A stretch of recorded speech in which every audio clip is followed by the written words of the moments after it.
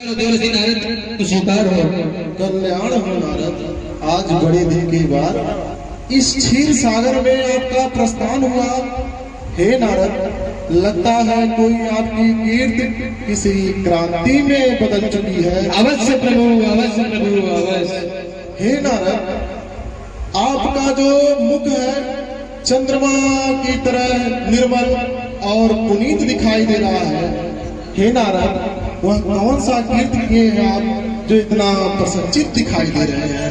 जैसे कि प्रभु आप जानते हैं, आप मेरे परम जैसे भी है, तो प्रभु मैं आपको बतलाता हूँ। प्रभु मैं एक दिन हिमालय की तराइयों में एक सुंदर स्थान देखकर मेरे चंचल मन को शांति मिली। प्रभु मैं सोचा क्यों न हम कुछ पल, कुछ काल, कुछ समय, कुछ दिवस अपने प्रभु हरि का तप।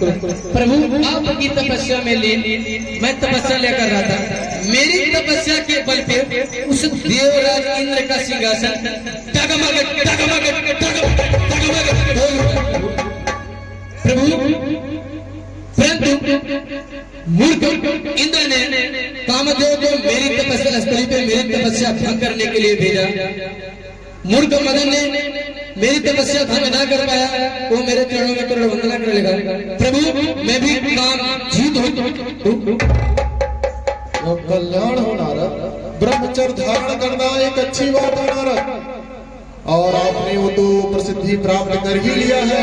आपका कल्याण हो नारद, आपका कल्याण हो। हमारे भक्त नारद को ब्रह्मचर्य का अभिमान हो गया है। इस अभिमान को मुझे दूर करना ही पड़ेगा।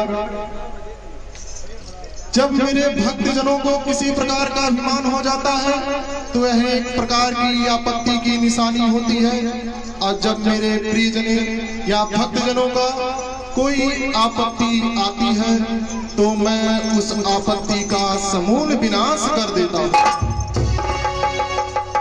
और अपने भक्त जनों को प्रहलाद की भांति अपने गोद में उठाकर उसकी विपत्ति को दूर कर देता हूँ।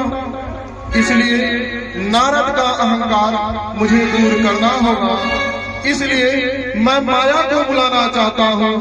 नाम होगा शीलनगर, और वहाँ के राजा अत्यंत ही सुशील, जिनका नाम शील निधि होगा।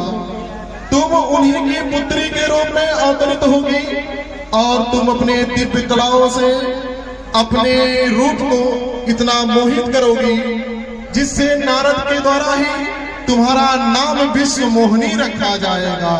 तुम्हारा कल्याण हो, तुम तुरंत ही मृत्युलोक की ओर प्रस्थान करो।